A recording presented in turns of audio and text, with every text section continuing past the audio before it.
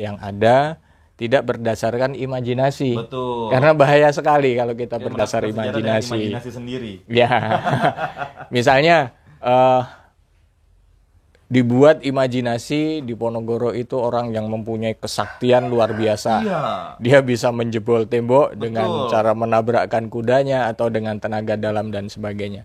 Padahal di dalam babat, sejak dari bapak saya, dari mbah saya, walaupun pada saat itu di tanah Jawa pada khususnya, ya, terlepas dari versi yang sebelumnya, kembalian keris pangeran ini sesuatu yang bagus saya rasa tidak hanya oleh keluarga.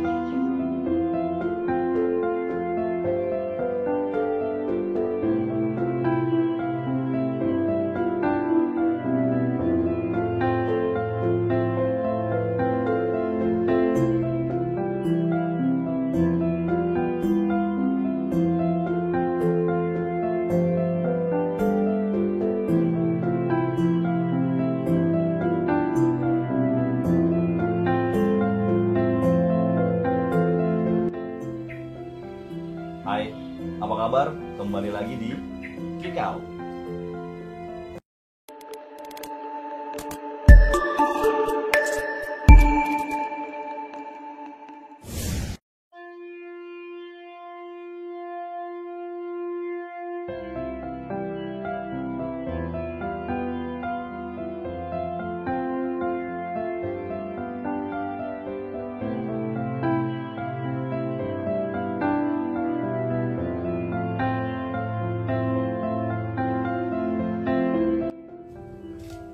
Sobat Kikau, tempo hari kita pernah membahas 2 episode tentang Pangeran Diponegoro. Siapakah Pangeran Diponegoro, bagaimana cerita hidupnya. Tapi hari ini saya berkesempatan untuk bisa mewawancarai salah satu dari keturunan Pangeran Diponegoro itu sendiri. Kali ini saya bersama Ki Roni Sodewo, salah satu keturunan dari Pangeran Diponegoro yang mengkhususkan dirinya untuk bisa melihat sejarah leluhurnya secara detail. Apa kabar, Ki Roni? Alhamdulillah. Alhamdulillah baik Kabar ya. baik. Alhamdulillah, Sehat-sehat. makasih banyak Ki Roni udah mau nerima kita, tim Kikau semuanya di rumah ya, walaupun di tengah kesibukan yang banyak banget ya Ki Roni ya. Kebetulan nggak lagi hilang mood ini. Semoga jangan, karena buat melestarikan sejarah itu susah banget. Ya. Lagi itu video numpuk udah berapa belum sempat teredit. Oh iya, yang video babat itu ya. Napak tilas Oh, kemarin. Napak Tilas kemarin. Beberapa Kalau kali. misalnya Sobat Kikau pernah lihat video Ki Roni, dan pasti pernah karena subscribernya lebih di atas Kikau. Itu adalah YouTube-nya Ki Roni Sodewo. Tinggal dicari, nanti dicantumin di sini. Jadi kesibukannya apa sekarang nih? Ya, yang jelas saya masih menjadi pegawai negeri abdi pemerintah di Kabupaten Kulon Progo, dan di luar itu ya saya banyak belajar membaca Babat Diponegoro, kemudian Napak Tilas, kemudian membuat konten YouTube yang tujuannya ya untuk berbagi saja kepada teman-teman, untuk mengimbangi lah, karena sejarah di Indonesia ini diberikan kepada anak-anak sekolah itu dengan sangat sedikit sekali, dengan minim sekali. Maka harus ada penyeimbangnya. Siapapun yang peduli dengan sejarah, mari kita sumbangkan apa yang kita ketahui dari literasi dari sumber-sumber yang ada, kita bagikan kepada generasi muda, kan gitu. Karena tidak ada di dunia ini negara atau bangsa yang besar dengan cara melupakan sejarah, budaya, adat, dan tradisi. Kalau sejarah bangsa kita diceritakan dengan cara yang salah, disampaikan dengan cara yang salah, maka itu nanti akan menjadi, efeknya juga tidak bagus untuk generasi muda. Gitu. Di samping Ki Roni sekarang kan kegiatannya di Pemda ya, Pemda Ya. Kulon Progo ya. Ya, Kuliah di jurusan kesejarahan juga. tidak perlu saya sebutkan saya kuliah di mana, tetapi yang jelas karena kampus saya tidak mengendorse saya ya nggak usah disebutin kan gitu. Jadi saya kuliah di jurusan akuntansi. Di akuntansi. Oh, di akuntansi ya? Iya. Iya. Jadi setelah dari akuntansi langsung ke Pemda. Enggak, saya kerja di sebuah departemen yang bergengsi juga, nggak perlu saya sebutkan juga karena dia tidak mengendorse. Keenakan dia. Jadi ya intinya kemudian saya pindah ke Pemda Kulon Progo dan saya mendalami sejarah, bukan juga langsung memahami, enggak. Butuh proses, semuanya butuh proses, butuh waktu. Dari tahun 2008 sampai 2017 lah saya mendalami Babat Diponegoro. Babat Diponegoro itu ada banyak versi, tetapi yang saya dalami sekarang ini adalah Babat Diponegoro tulisan Pangeran Diponegoro sendiri. Nah, kalau misalnya kita mau bicara tentang Babat Diponegoro nih, kita Sobat Kikot mungkin harus tahu dulu Babat Diponegoro itu adalah biografi dari Pangeran Diponegoro yang ditulis langsung oleh tangan beliau, betul begitu ya? Iya. Ya, jadi itu adalah biografi yang disusun selama berapa bulan?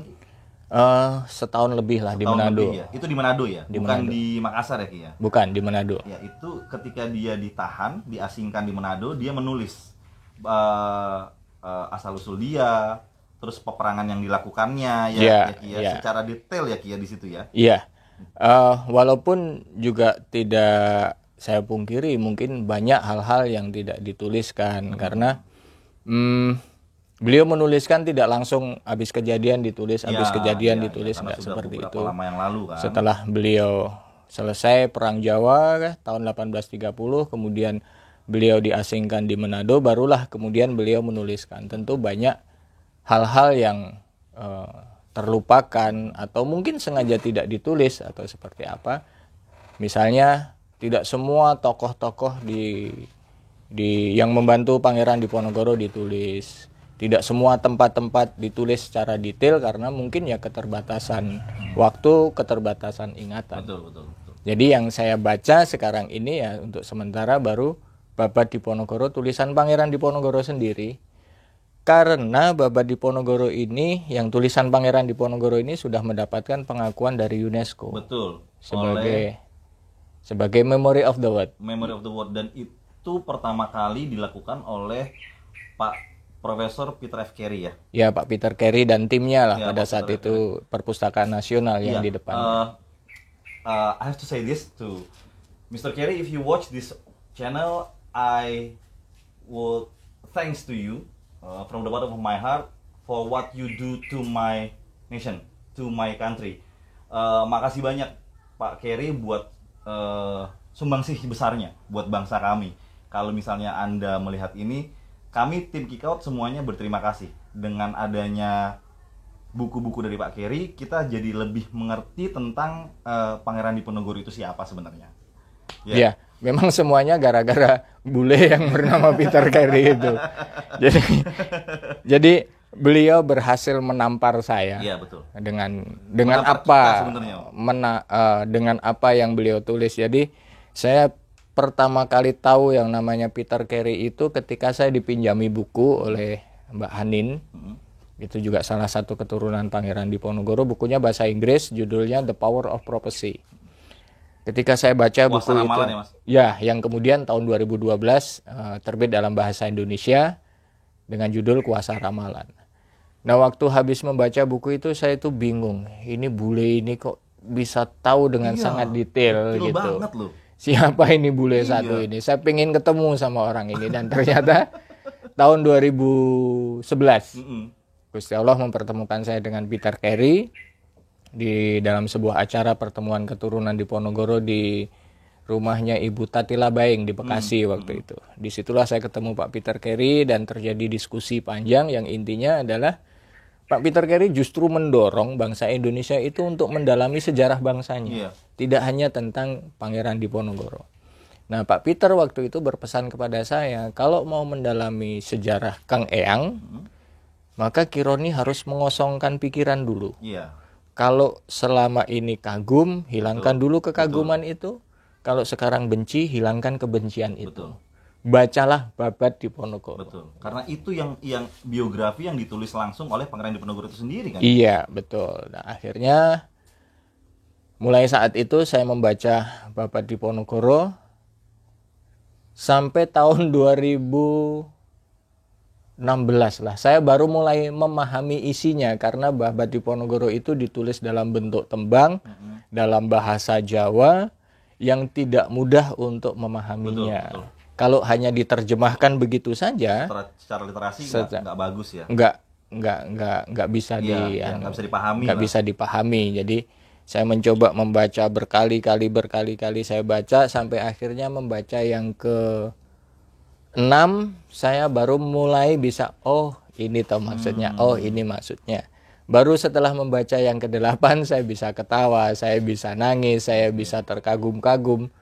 Dan sampai hari ini saya masih membaca terus karena ternyata ketika di awal-awal saya membaca Babad Diponegoro itu pemenggalan katanya salah, maka maknanya akan berbeda. Betul. Jadi pemahaman saya yang dulu ketika awal-awal membaca bisa saja berbeda dengan pemahaman saya yang sekarang. Maka kemarin mulai tahun 2020 saya coba lebih detail lagi, lebih teliti lagi. Dan itu saya bacakan di YouTube saya, kemudian saya terjemahkan, kemudian ada juga penjelasan-penjelasan tafsirnya karena banyak hal-hal yang tidak bisa hanya diterjemahkan begitu saja. Iya. Gitu. Jadi kalau sepakat nggak Ki kalau misalnya saya bilang Pak Keri ini sebenarnya menampar kita sih sebagai bangsa ya. Dia menampar kita untuk tidak melihat Pangeran Diponegoro sebenarnya ya yang diajarkan sama sekolah-sekolah kepada siswanya itu agak lebih apa ya? Tidak seperti itulah. Ya. Mungkin ada pelurusan, harus ada pelurusan sejarah. Bukan juga pelurusan sebetulnya.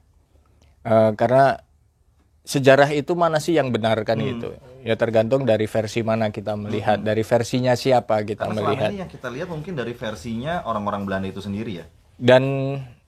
Dan terlalu sedikit. Ya. Terlalu sedikit. Padahal kalau misalnya Pak Keri bilang itu terlalu menyederhanakan alasan dia untuk berperang. Iya. Itu yang saya setuju sama Pak Iya, Keri. Iya. Memang pelajaran sejarah di negara kita ini dibuat dengan sangat sederhana sekali. Itu yang saya lihat. Padahal misalnya gini lah, kalau kita bicara Diponegoro maka yang selalu terbayang di otak kita adalah perang. Betul. Pematokan tanah untuk rel kereta api ya, kan itu yang saya ingat dari bukunya Pak. Iya. Padahal tidak sesederhana itu. Dan pada saat itu yang harus diingat belum ada kereta api. Betul. Di Jawa kan. Bahkan kereta api yang akan dibuat untuk pematokan tanah Diponegoro itu pun baru dibangun 26 tahun setelah perang berakhir. Iya. Jadi bukan karena itu satu-satunya menjadi penyebab perang. Enggak. Sebuah cerita panjang yang dialami oleh sebuah bangsa yang namanya Mataram. Betul. Pada saat itu. Jadi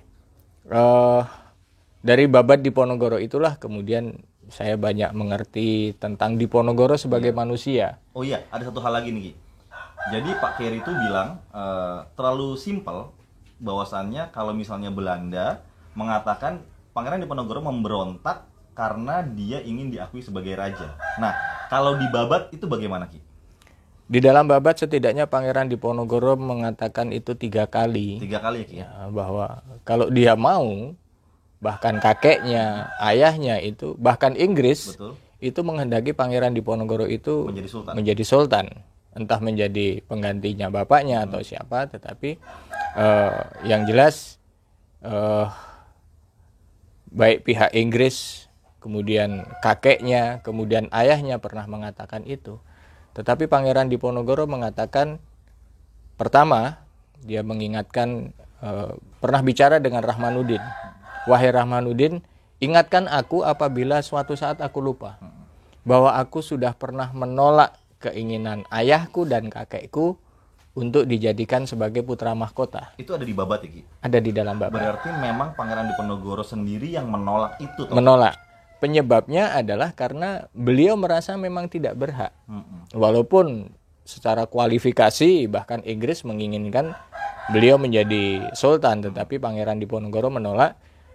Ya salah satunya setelah bicara dengan Rahmanuddin itu beliau mengatakan bahwa apabila Gusti Allah menghendaki, apapun yang kita miliki termasuk jabatan, dalam 100 hari bisa saja hilang. Gitu. Dan yang kedua, Pangeran Diponegoro tidak mau mengambil yang bukan menjadi haknya. Karena yang namanya putra mahkota atau calon raja itu harus terlahir dari rahim permaisuri. Betul. Sementara Pangeran Diponegoro tidak terlahir dari permaisuri. Nah, yang namanya permaisuri itu adalah istri raja yang kemudian diberi kedudukan sebagai permaisuri. Jadi semua istri raja itu adalah istri yang sah. Istri yang sah ya? Ya. Ini yang mungkin kita agak rancu ya. Selama ini kita berpikir bahwasannya istri raja yang sah itu hanya permaisuri, yang lainnya tidak sah. Tapi kan ternyata ini kalian harus langsung dengar dari Ki Roni. Gimana Ki? Jadi gini, permaisuri itu adalah jabatan. Jadi ada yang bergelar Ratu Kencono, ada yang bergelar Kanjeng Ratu Tegalrejo, ada yang bergelar Ratu Kulon, Ratu Wetan. Ini adalah gelar-gelar permaisuri. Ada juga yang kemudian bergelar Ratu Hemas. Nah, kalau istri Ngarso Dalem yang ke-10 ini adalah orang ketiga yang menggunakan gelar Kanjeng Ratu Hemas. Yang sebelumnya gelar itu sudah pernah dipakai. Gitu. Makanya karena ini jabatan, maka kemudian ada gelar kan gitu. Jadi putra mahkota harus terlahir dari rahim permaisuri. Maka Pangeran Diponegoro tidak mau mengambil hak adiknya. Gitu. Itu sebetulnya sudah pelajaran yang sangat bagus yang bisa kita ambil. Kalau bukan haknya, walaupun itu di depan mata, ya jangan diambil. Itulah makanya kita hanya mengenal Pangeran Diponegoro melalui perang besar yang hampir membangkrutkan VOC. Bukan membangkrutkan, sudah bangkrut VOC. Belanda.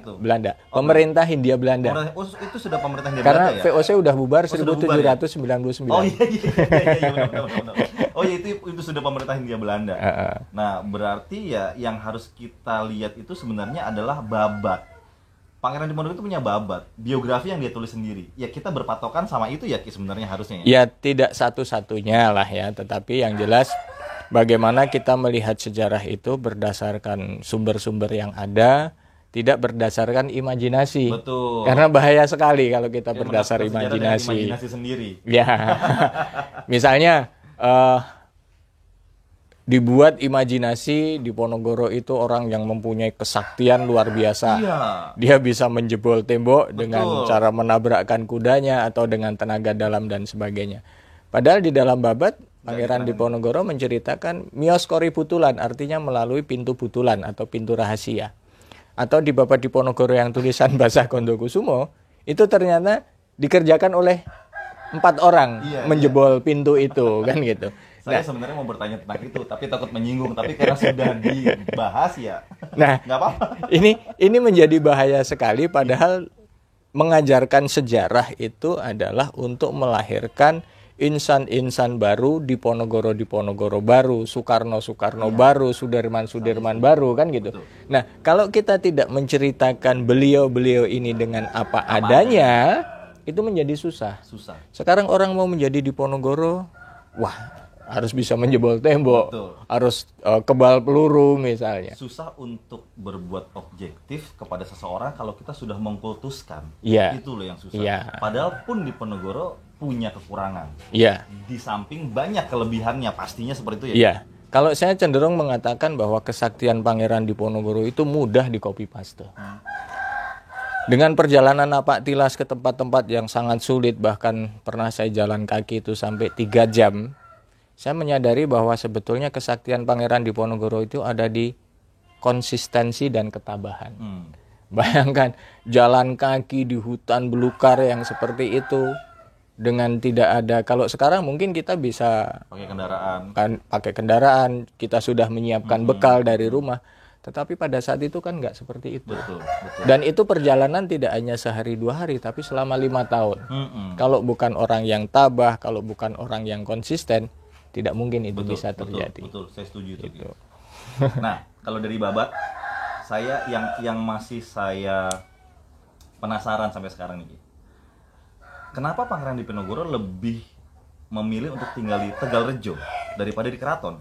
Jadi gini, banyak yang mengatakan Pangeran Diponegoro keluar dari istana karena tidak diangkat menjadi putra mahkota. Padahal Pangeran Diponegoro itu tinggal di Tegalrejo sudah usia 7 tahun.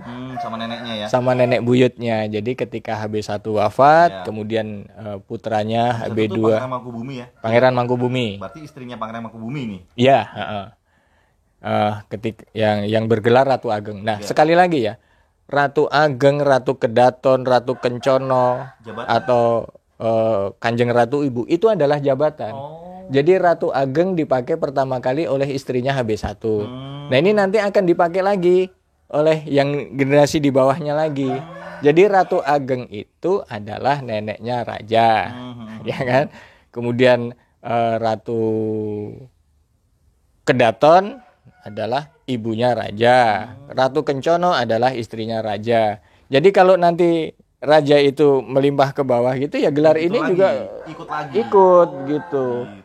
Jadi jangan heran nanti kalau misalnya Pangeran Diponegoro juga menyebutkan ada seseorang yang disebut dengan Ratu Ageng ketika perang Jawa berlangsung. Nah, itu adalah Ratu Ageng yang lain karena Ratu Ageng ini adalah neneknya raja gitu. Nah, tadi balik ke tadi kenapa dia lebih memilih tinggal di Tegalrejo gitu?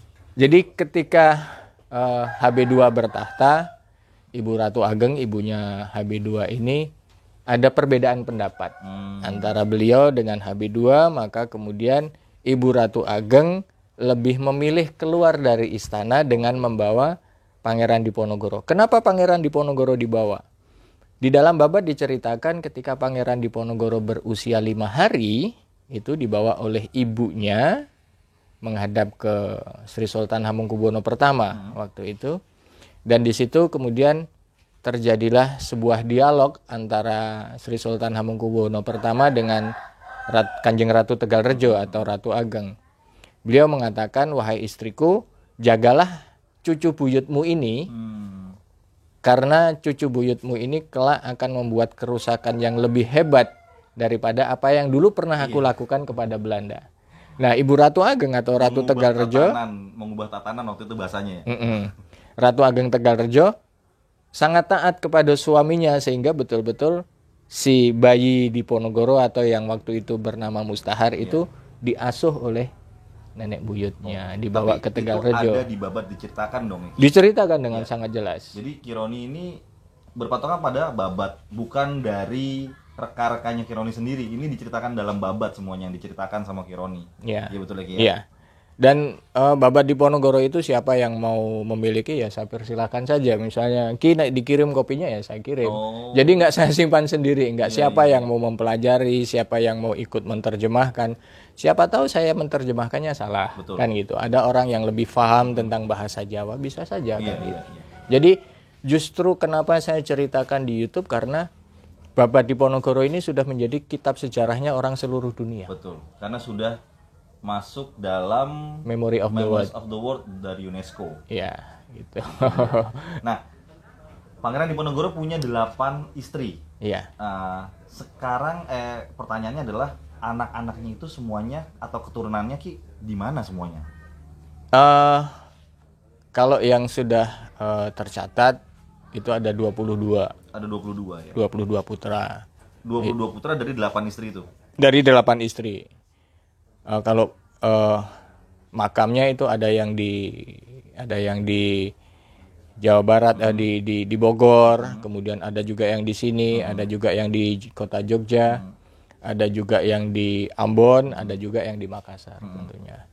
Nah, kenapa bisa di Ambon ya karena ada 4 putra Pangeran Diponegoro yang dibuang ke sana. Yang di sana. Oh, itu karena meneruskan perjuangan ayahnya. Iya, dikhawatirkan akan menghimpun kekuatan lagi. Gitu. Itu yang ditemukan Belanda ya. Iya. Nah, sekarang pertanyaannya begini Ki. Ada rumor, saya nggak tahu apakah ini rumor atau tidak. Apakah benar dulu keturunan Pangeran Diponegoro itu dianggap aib oleh Keraton Yogyakarta?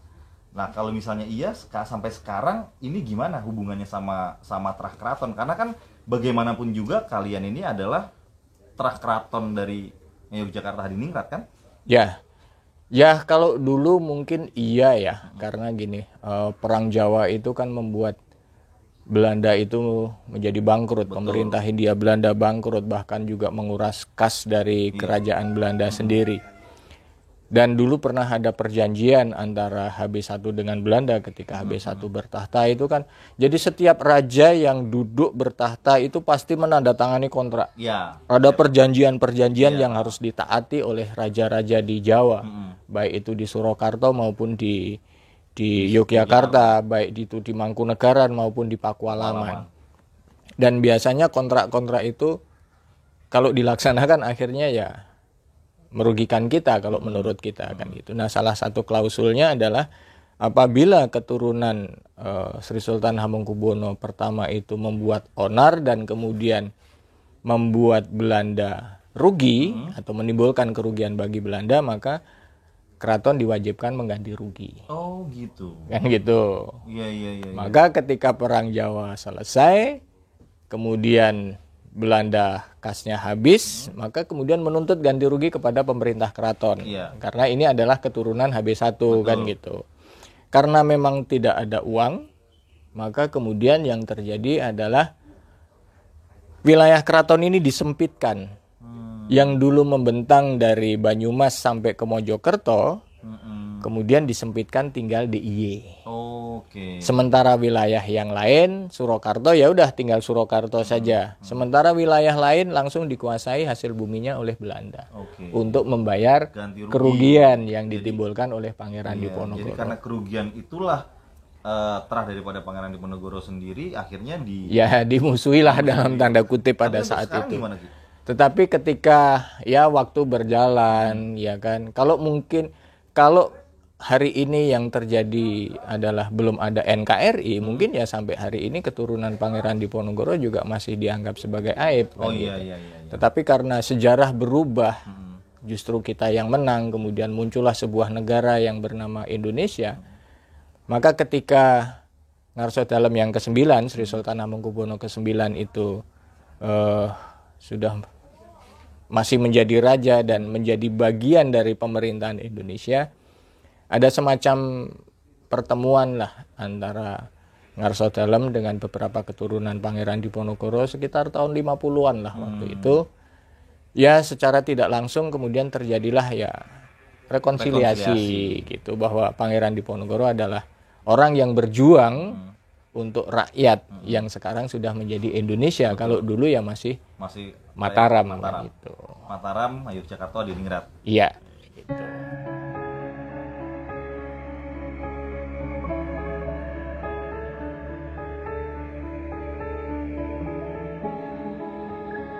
Menarik. Ki, menurut Ki Roni nih, ada yang salah nggak sih dengan pembelajaran sejarah kita? Ya. Kenapa harus menghafal sejarah itu dongeng ya Ki ya? Ya. Kita bisa asik didongengin, tapi kenapa kita malah harus terpaksa menghafal nama tempat, tahun kejadian, dan lain sebagainya? Menurut Ki Roni, ada yang salah nggak sih dengan pembelajaran sejarah kita?